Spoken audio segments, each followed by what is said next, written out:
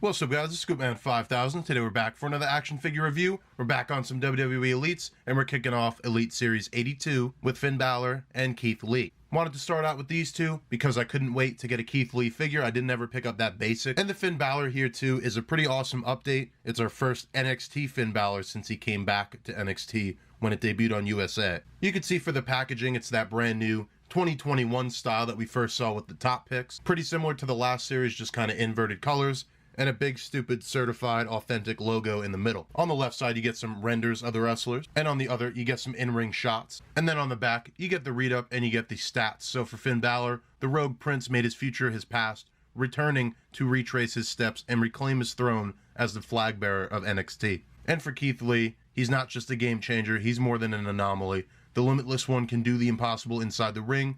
One can't help but bask in his glory. And then on the bottom, you can see the other characters in the wave. So we got Keith Lee and Finn Balor today. We're going to be looking at John Morrison and Alexa Bliss, and then Jerry The King Lawler, and yes, even Rob Gronkowski is going to get a review on this channel. Here you can see the barcodes on the bottom, but this set probably isn't going to hit retail for a long time. I'm pretty sure we're just getting maybe 79 or 80 popping up in Targets and Walmarts. But with that being said, let's open these figures up and let's take a look at Keith Lee and Finn Balor.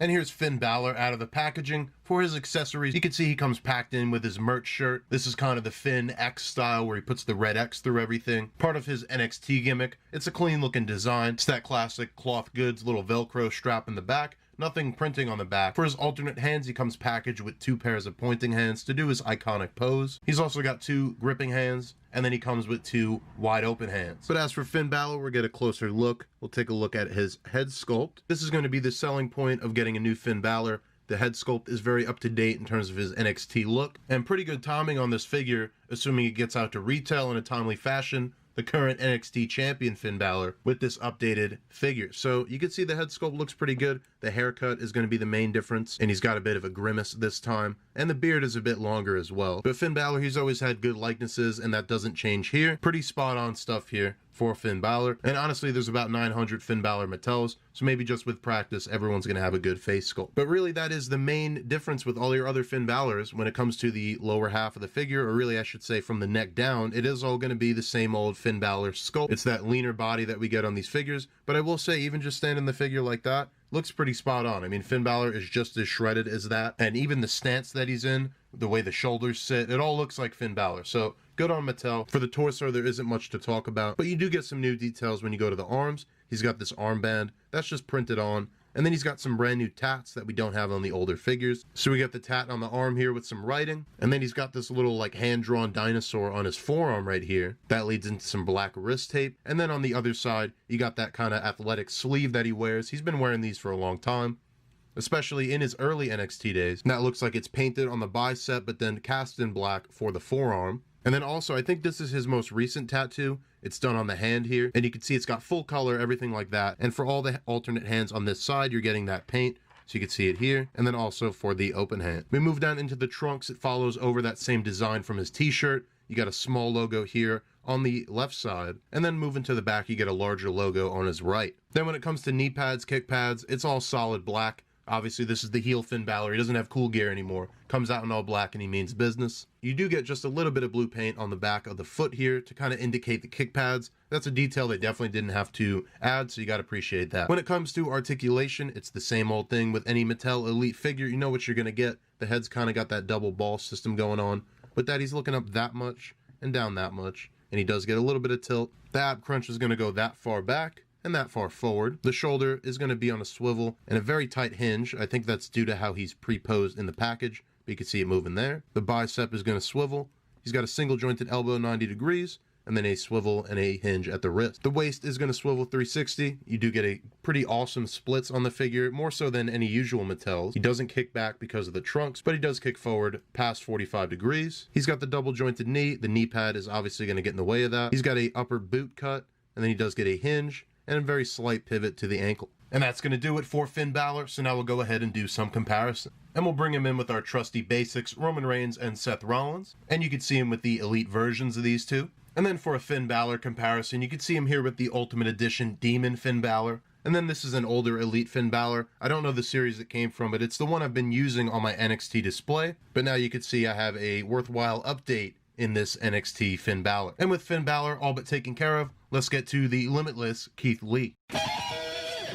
And here's Keith Lee out of the packaging. You already saw in the package he does have his iconic pose, and with that he's got the two hands that go with it, the pointing hand and the fist hand. But if you're not a fan of that, you also get two more neutral gripping hands. And with that, his only other accessory is his entrance jacket. You can see it's got the big silhouette of him in blue, and then on the back it's got "Bask in My Glory." Now this version of Keith Lee also does have a chase variant, that's with the silver and pink outfit, and then this is the more basic version. The one that you're going to find more often is the black one that I got here. And I said I was super excited to open up Keith Lee, but upon doing that he does have some issues. The main one being this torso, which is just super floppy. It doesn't really want to stand.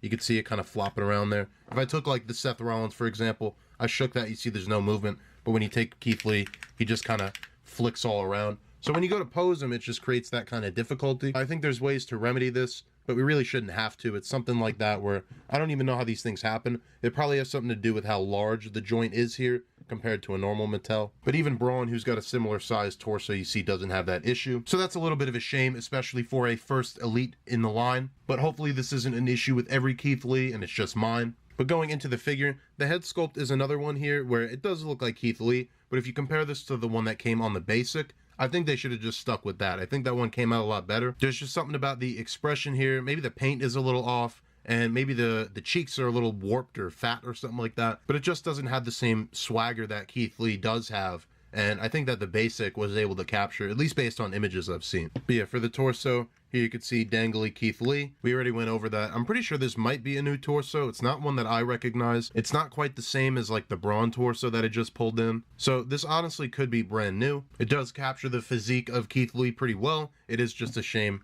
that he's flopping all over. For the arms, they're most likely reused. They're the larger arms, much wider than your normal size heavyweight Mattels. He's just got the black wrist tape. It's a very simple outfit on Keith Lee this time around. The elbow pad here is actually painted on because it's a very thin piece that he wears. It's not like quite an elbow pad that we get the separate rubber pieces for. For the trunks, you got another Keith Lee kind of posed up logo there done in silver, and then "Bask in My Glory" with a little bit of a different font. Keith Lee in the back in kind of a jersey font. So these are all done with silver and then the blue outline over the black tight. The knee pads are gigantic, as they should be, and then these boots are reused from just about every other Mattel. To go over his articulation, it's going to be similar, but maybe a little bit different because of the size. So the head's that same kind of double ball. It does have a bit more range, it seems, than Finn Balor. He's going to be looking up about that much and forward that much, so the head really doesn't have a lot of movement up and down, but the tilt seems a little bit better. The torso is going to move back that much and forward that much, and if you get a loose, floppy torso like mine, those are going to be basically your only options. The shoulders are going to swivel and they're going to hinge.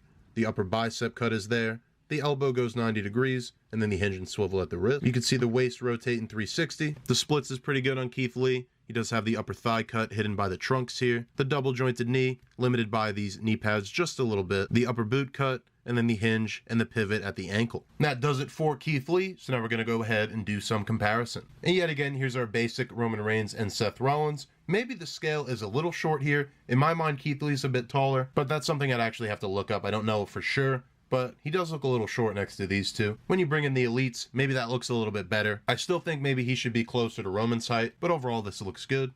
And then here he is with some of his colleagues on Monday Night Raw. We got Braun Strowman and we got Matt Riddle. And overall, that's going to do it for Keith Lee and for Finn Balor. Overall, Finn Balor is a very good upgrade from our previous figures, and Keith Lee does have some issues, but it's still exciting to get him as an Elite figure. And hopefully, it's either just my figure, or by the time we get the next Keith Lee figure, then hopefully those issues will be corrected. But that's going to do it for these two. You want to tune in for the rest of the week. We're going to be looking at Jomo and Alexa Bliss, and then we're going to be looking at Jerry the King Lawler, and yes, we're going to be looking at Rob Gronkowski. I'm going to be taking some photos of these guys. You can see some of that at the end of this video. You can see all my figure photography on Instagram, scoopman_5000. And until next time, I'll see you guys in the next action figure review.